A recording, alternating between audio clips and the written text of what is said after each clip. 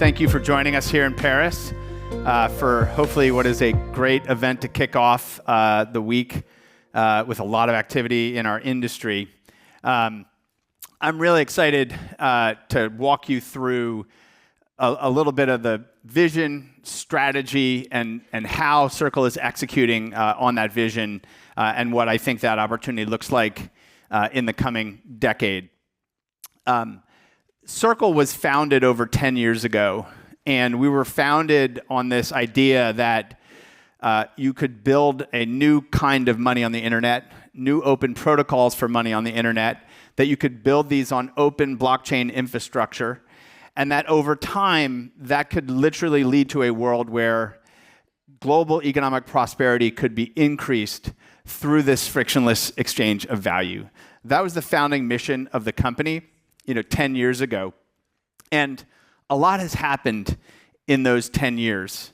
I'm not going to go through all of the details here, but when we started, we had this idea that there needed to be a protocol for fiat or dollars or euro on the internet. Just like there's protocols like HTTP for information or messaging protocols, mail protocols, video protocols. This idea that there could be a protocol for dollars on the internet.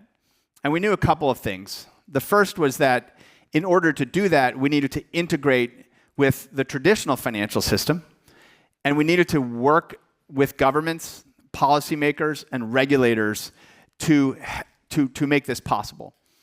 Because fiat money is regulated money, and connecting it to the on-chain world was going to require close work with regulators around the world.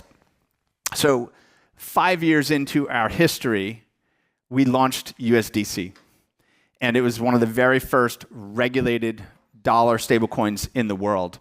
And over the course of our history, you can see a commitment to working to become licensed and compliant, a commitment to technical innovation, constantly improving these protocols, constantly working with innovative blockchain communities and networks, building our own next generation blockchain infrastructure like CCTP. And if you fast forward to where we are today, it's extraordinary. We're in a place where governments all around the world are making stablecoins a defined legal part of the global financial system. And some of the biggest companies in the world, some of the biggest financial institutions like BlackRock, some of the biggest consumer scale distribution companies are building this technology into what they're doing. And that founding vision we had 10 years ago is just now starting to be realized. For context, some of this is obviously very familiar to everyone here, but the mental model that we use at Circle is that blockchain networks like Ethereum, like Solana, like these layered infrastructures that are being built up, these blockchain networks are essentially a new internet operating system layer. These are new, they're competitive with each other, but they provide infrastructure for provable data, for censorship-resistant data, for transactions on that data where people can transact directly between each other without intermediaries, and for compute. Deploying code that is also auditable, perfectly verifiable, cryptographically provable in its execution. These are major innovations that didn't exist on the internet, which now exist and are starting to exist at scale. So we have these new computing platforms. These blockchain networks are just now reaching maturity. But in particular, these blockchain networks, they're general purpose, right? They can be used for games, they can be used for social media, they can be used for identity, they can be used for a lot of things, but they're very, very well and purpose-built for financial applications. So we talk about this idea of the internet financial system, and this new internet financial system being powered by these blockchain networks. And when we look at the challenges and pain points and limitations that exist in the existing financial system, blockchain networks and the ability to build protocols and money systems on them overcome those. We're entering this world of always-on internet scale money, a world where transactions can move literally at the speed of data on the internet, where transactions can settle at a fraction of a cent, where the actual underlying infrastructure is constantly being upgraded, constantly being improved through open source communities and innovation, where any internet-connected device, any piece of software, hardware, any AI agent can connect to this, and transparent code that can execute. So huge, huge steps forward. So we think that, and we know that we're all part of building this new internet financial system. It's going to be a safer, more inclusive global financial system built on this technology. Open internet infrastructure, a full reserve model of digital currency, and ultimately more and more of finance, of commerce, of the entire global economic system being on-chain. So just as the internet transformed how we share information, how we communicate, how we distribute software, how we access media at scale with internet scale utilities that radically changed the underlying cost structure and utility of those things, that is exactly what we're right now at the front edge of happening in a very, very significant scale with the internet financial system. So just to kind of put in context kind of the where are we today, stablecoins compete against existing forms of electronic money. There's 21 trillion US dollars of US dollar electronic money today. There's about 140, 150 billion of dollar stablecoins today. There's $100 trillion of commercial bank electronic money in the entirety of the world. It's a drop in the bucket. But this form of money, we believe, will ultimately be the superior form of money and will grow into many trillions of dollars over time. So we're in the early stages. This is like at the start of e-commerce, at the start of streaming video, at the start of messaging and these things. We're at the start. We're not at the end. And it's a massive scale global market and opportunity. And it's not just how the value is stored. That stored value, that 21 trillion US dollars, is attached to utility. It's attached to all these forms of utility that exist today, and those are massive markets. $250 billion of annual revenue in cross-border and international remittance transactions. $1 trillion of annual revenue that's collected by companies involved in consumer payments. Digital asset trading today, a $3 trillion market, is going to be a much, much larger market over time, and stablecoins play an intrinsic role in the growth of these markets. And then capital markets themselves, generating hundreds of billions of dollars in just the fees in storing and moving and settling transactions with there. So there's the actual store of value, and then there's the utility of the value, and these are massive scale opportunities. So how's Circle building into this?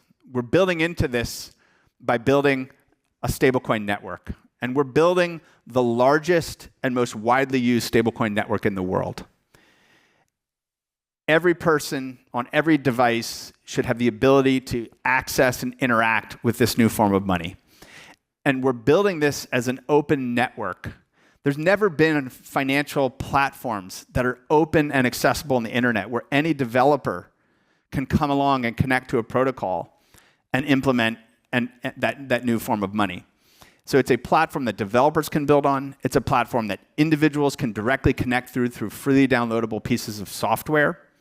And this native open money model is totally unique. So that's what we're building. And we think about this in terms of the power that this network creates for everyone involved in it. It's a very powerful network effects model. The more developers that build on a protocol and integrate a format, the more utility that protocol has, which attracts more users. The more users that adopt that, the more people want to build apps for it and developers build apps for it. The more companies that become distributors for these stablecoins, financial institutions, fintechs, payments companies, consumer startups, it adds utility, it adds reach, which makes it more desirable to build on. So we have really powerful flywheels, and we're doing this with USDC, very strongly today, and we expect to do this in a very strong way with EURC as well.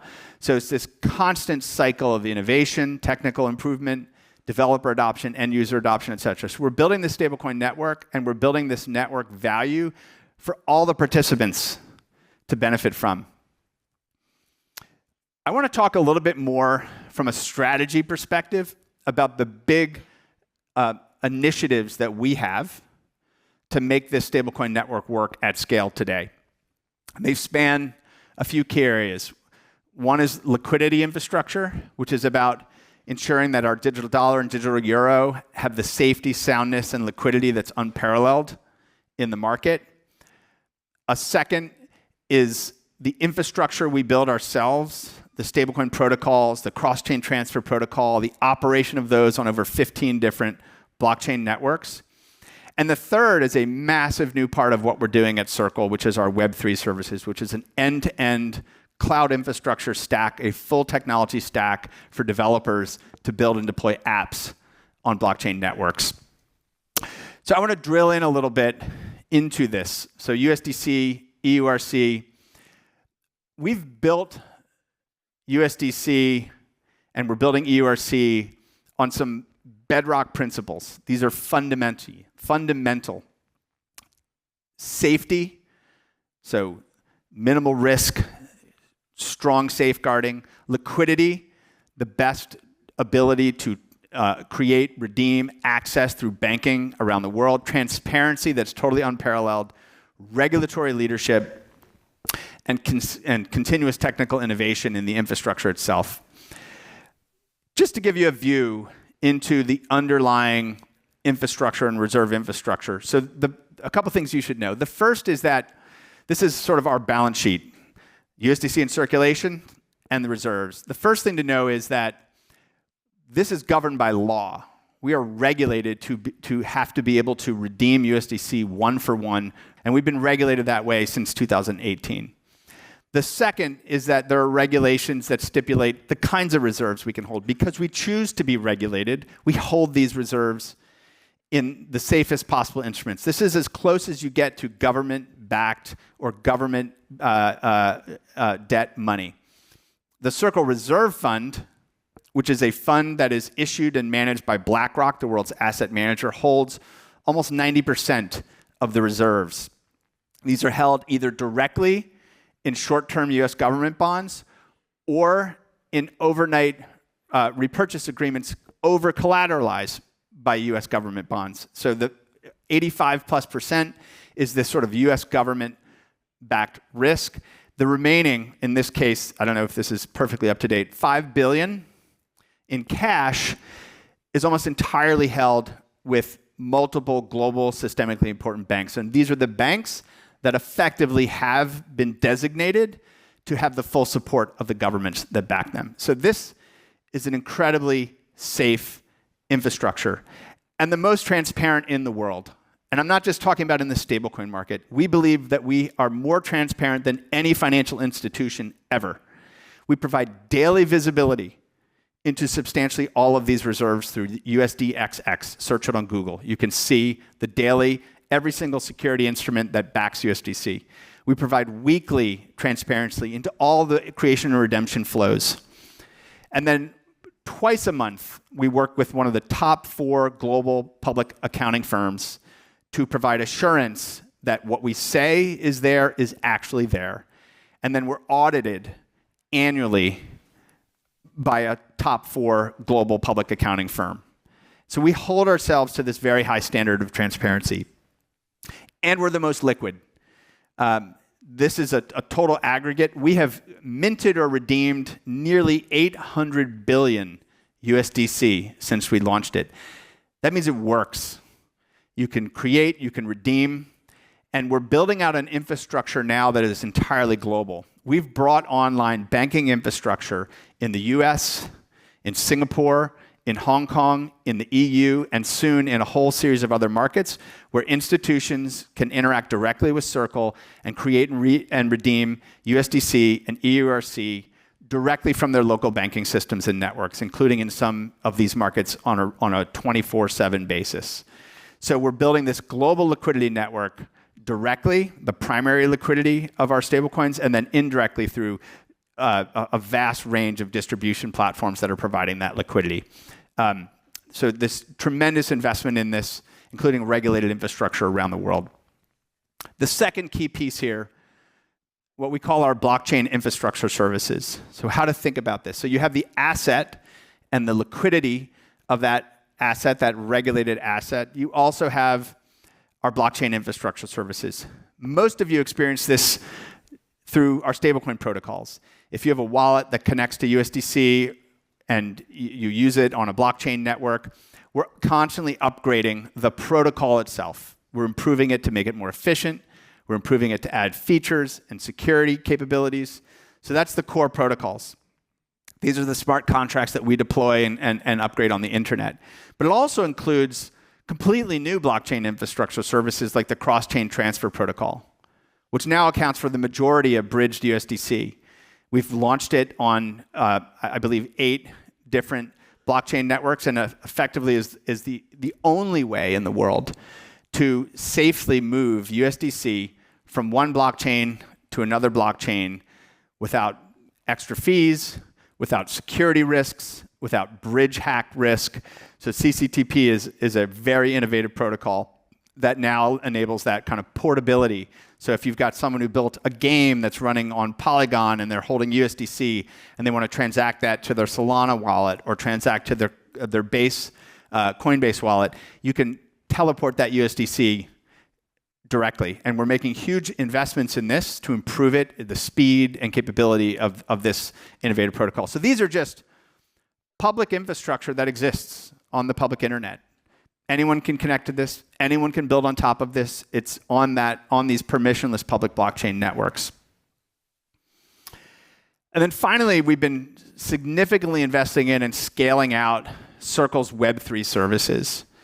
We spent 10 plus years building infrastructure in the crypto space, in the digital asset space, in the blockchain space. We've built out really deep knowledge and technology about how to do this. We have been taking that technology and turning it outward for the rest of the world to be able to build on.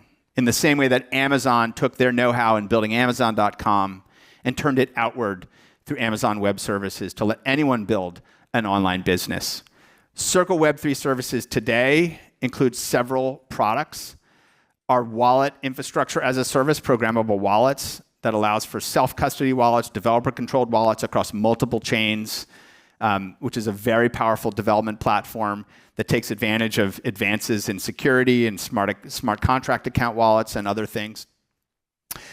So it's for any end-user facing application that needs to integrate digital tokens into their applications, it gives you a tool and an infrastructure to do that. Circle Smart Contract Platform, which is a developer tool to build, deploy, operate, maintain, and use smart contracts, again, across multiple different blockchain networks.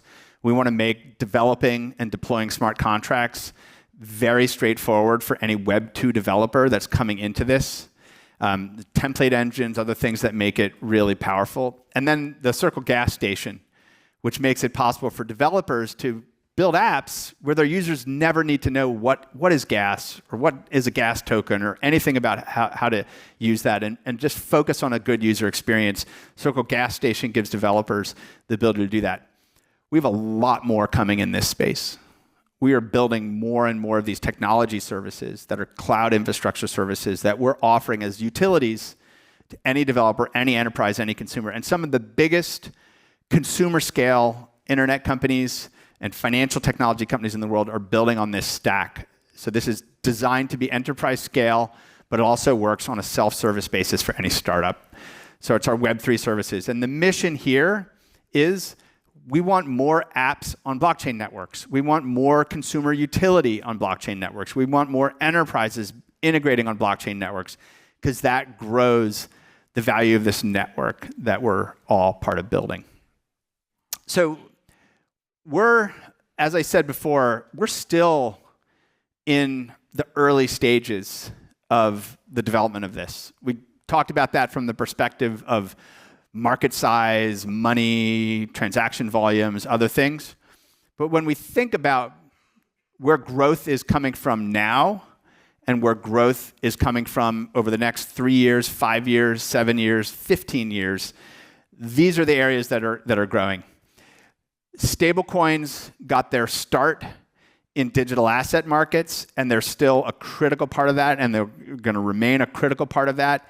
And as digital asset markets become more regulated, where the operators of these large exchanges, whether they're the big formerly offshore exchanges or the regional exchanges that have built up, will all be operating in a compliant manner. And that's going to create huge growth in regulated stablecoins as well. But we're seeing this expansion happen. So the past several years, the percentage of the amount of USDC that's associated with people who want to hold digital fiat and digital dollars around the world as a store of value is growing. People using these for the high utility that comes with operating on a blockchain network. So international transactions, peer-to-peer remittance transactions, cross-border payments, SME-based cross-border payments. We're seeing that adoption happen right now.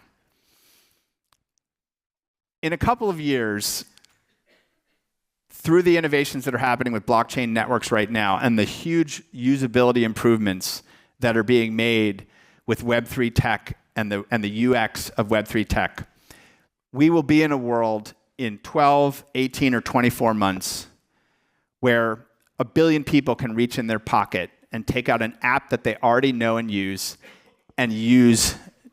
stablecoins. We will reach that kind of scale of consumer reach over the next couple of years. And those users won't be thinking about which blockchain network they're using. They won't be thinking about seed phrases and gas fees.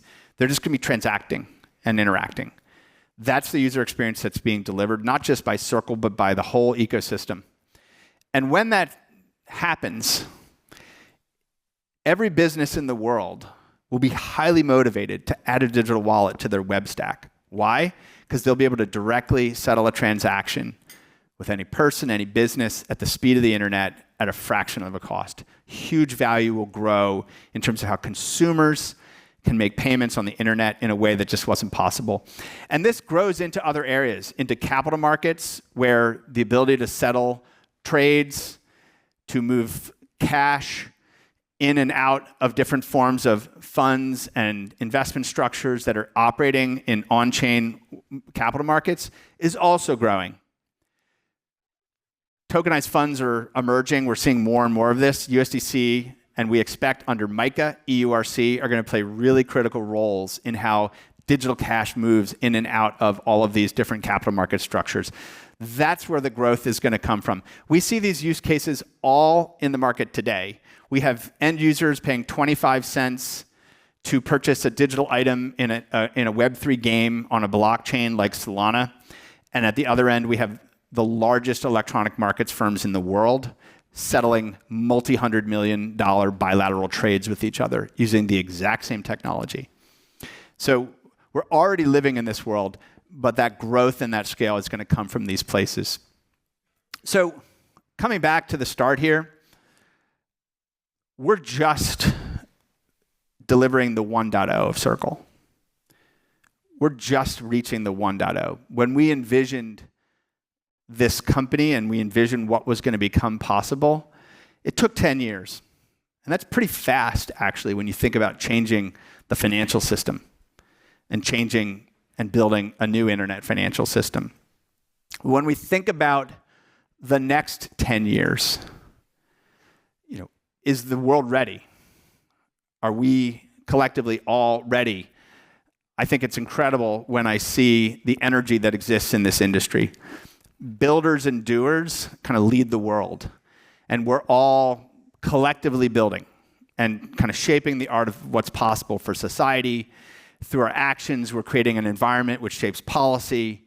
That's actually changing the world. And that's what's happened over the past 5 or 10 years. And we find ourselves here today with blockchain technology, Web3, digital assets, actually being major national priorities all around the world. It is a priority for the French government. It is a priority for the Japanese government. It is a priority for the Hong Kong government. Governments are making this a strategic priority because it's actually the way the economic system is going to evolve.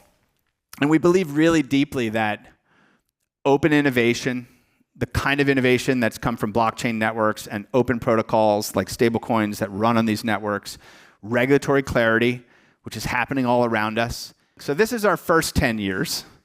And we've reached the 1.0 version of this internet financial system. I'm excited about what we're building in the next 5 or 10 years. And I'm really excited to be able to build with all of you here, with all the different ecosystems in this space. It's really an honor. Thank you so much.